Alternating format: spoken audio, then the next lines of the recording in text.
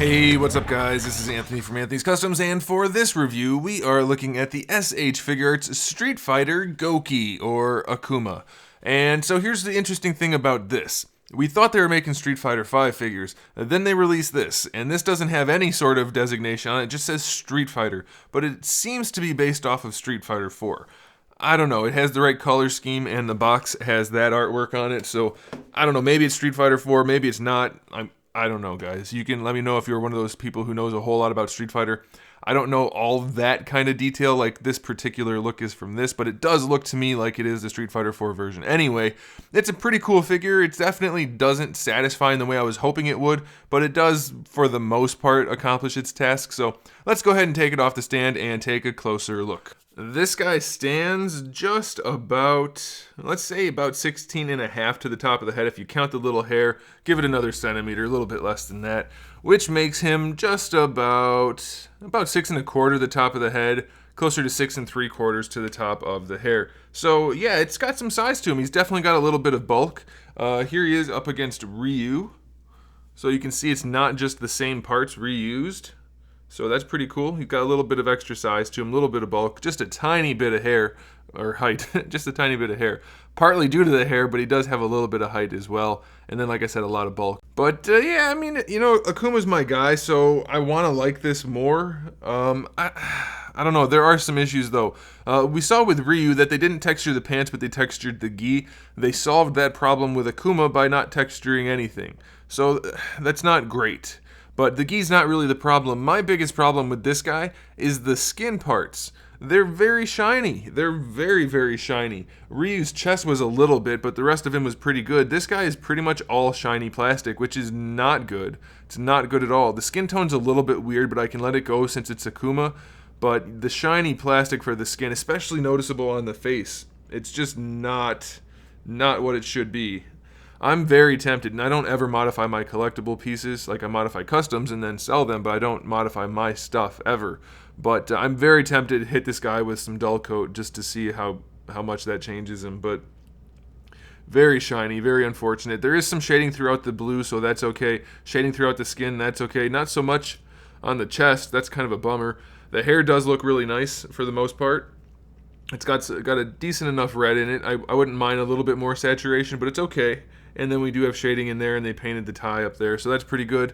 The ropes, they're okay. They're very soft sculpts. They don't really look like, this whole thing looks very cartoonish, which I guess is what they're going for with this line. I don't know, guys.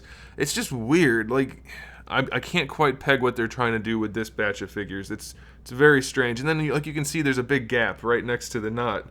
It's just very low quality overall for a Figuarts figure. It's not altogether bad, don't get me wrong, but there are lots of things that stand out that look weird. One other thing, the pants, I get that they're baggy and that they're so baggy that they wouldn't have a whole lot of wrinkles. They have almost none though. Almost none, and they do have some, like, you can see there are little wrinkles in there, but it looks more like he just left his laundry out. Not that he's been wearing it and they're wrinkled from being used. I don't know, it's just weird. And he's got super fat ankles.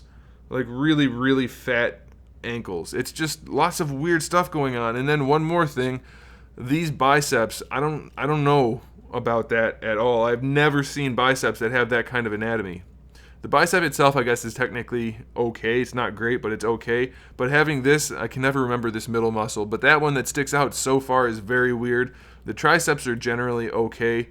Then the shoulder's kind of lumpy in the back. It's just a really weird anatomy. It's not absolutely terrible, but it is definitely strange. So I don't know, guys. It's just kind of an odd combination of good and bad for this figure.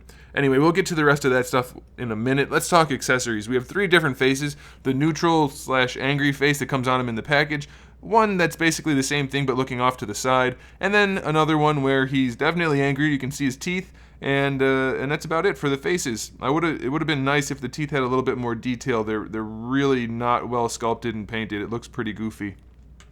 As far as the hands go, we have the 2 fist hands that come on them in the package, and then 2 different sets of style pose hands for the Hadokens or martial arts moves, whatever you want to use them for. Speaking of, we have a really nice I guess it's a Metsu Hadoken, is that? I can't remember, guys. Since Street Fighter V is exclusive, I haven't played Street Fighter in ages, but whatever. He's got a really, really nice purple Hadoken whatever it's called. I really can't remember. I'm sorry. But so well done. Love that Hadoken. Looks great. And then we do have the 2-card background. Mine was all warped up from being shoved in the package incorrectly, but it's pretty cool with the broken dojo in the background, so that's kind of nice. And that's it for accessories. So it's not a whole lot of accessories, really. And, you know, I don't know. I can't help but feel let down by this figure. So let's go through the articulation, and you'll get a chance to look at it a little bit more as we go. The head is on a double ball peg, and the neck's on a ball peg too, so you can move them around pretty well, except you can't really move the head on top of the neck very much at all because of how it's sculpted. It's got almost no range, so you're really just moving the neck around and maybe rotating the head. The beads are just one solid hunk of plastic. It's not a huge deal, but you know, it would have been nice if they were actual beads. Even if they were plastic, put them on a rope, they'll hang better. They won't get in the way as much. These just kind of sit there. It's not a big deal, but it is a deal. The gi is a nice soft material. It doesn't have that extra shoulder piece like Ryu had, so that's pretty good. I do like that a whole bunch. He has a really nice butterfly joint. It's not the most practical, but it does look pretty good as far as butterfly joints go. It looks nice. Doesn't really help the arm come around the chest at all, though. So that's what I'm saying is it's not really practical because it doesn't help much. But it is there and it's not a problem, so that's okay. The arms are connected on a ball peg like you would expect, so that's fine. Then inside the arm, you can kind of see it hopefully, we have a ball hinge in there. But just like Nappa, the ball hinge is super tiny and it's inside this giant meaty shoulder, so you can't raise the arms. What the heck is that? Since when did that become a thing that Figuarts does on a regular basis? You can't raise the arm. That's ridiculous. There's absolutely no excuse for that. Put a bigger ball hinge in there so that it fits the size of the shoulder so that you can raise the arm. That is just not acceptable. That's not okay.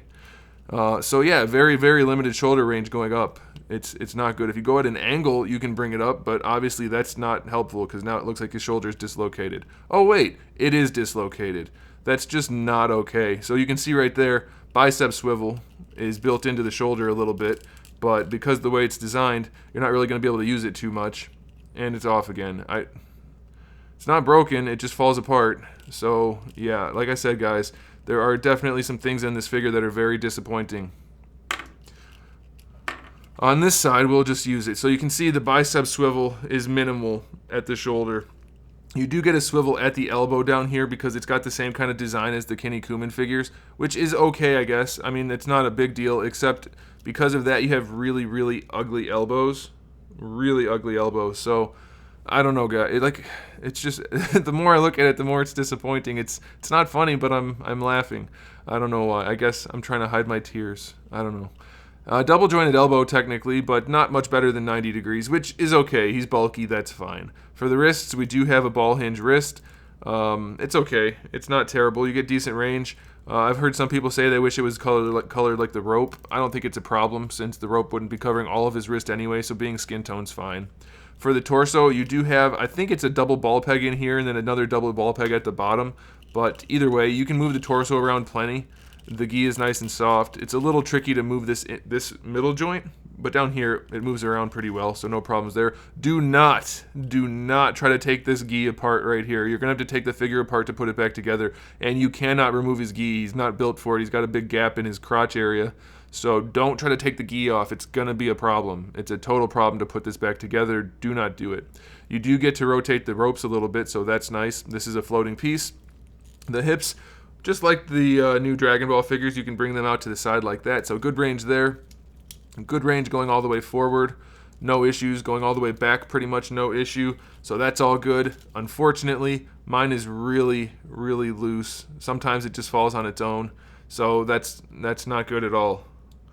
Very low level of production quality on these guys, unfortunately. Thigh swivels are decent. Single jointed knee, not the worst design in the world. A little bit better than 90 degrees. But it's still, that's a pretty lazy design. It was like, how can we design this without putting any effort into it? Let's just cut it and put it like that. No, like, do it the right way. How about, you know? Why is that not an option anymore? We do have a swivel here at the shin, so that's okay. You can use that in addition with this joint, which works nicely. It goes pretty far back. He does have super fat ankles, but it does work nice. Really far back, not so far forward, but a little bit. And you have a toe joint, which is not really great, but it's acceptable. And then, of course, you can rotate the foot, so that's a nice ankle rocker. So, yeah, I mean, it's not like it's an absolutely garbage figure or anything like that, but for being a Figuarts figure, they didn't put a whole lot of effort into it at all. It's almost as if they were trying to match the Street Fighter V launch. Like, let's put as little effort into this game as possible, and people will buy it anyway. That's what it feels like, and maybe that's not the case, but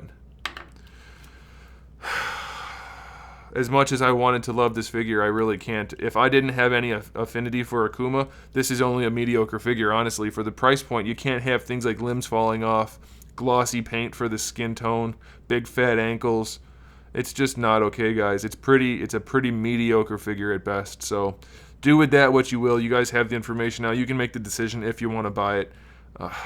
Man, I wish I liked this figure more. It's unfortunate. Oh well. There it is, guys. Thanks for watching. Make sure you subscribe to the channel. I have new videos up every single day.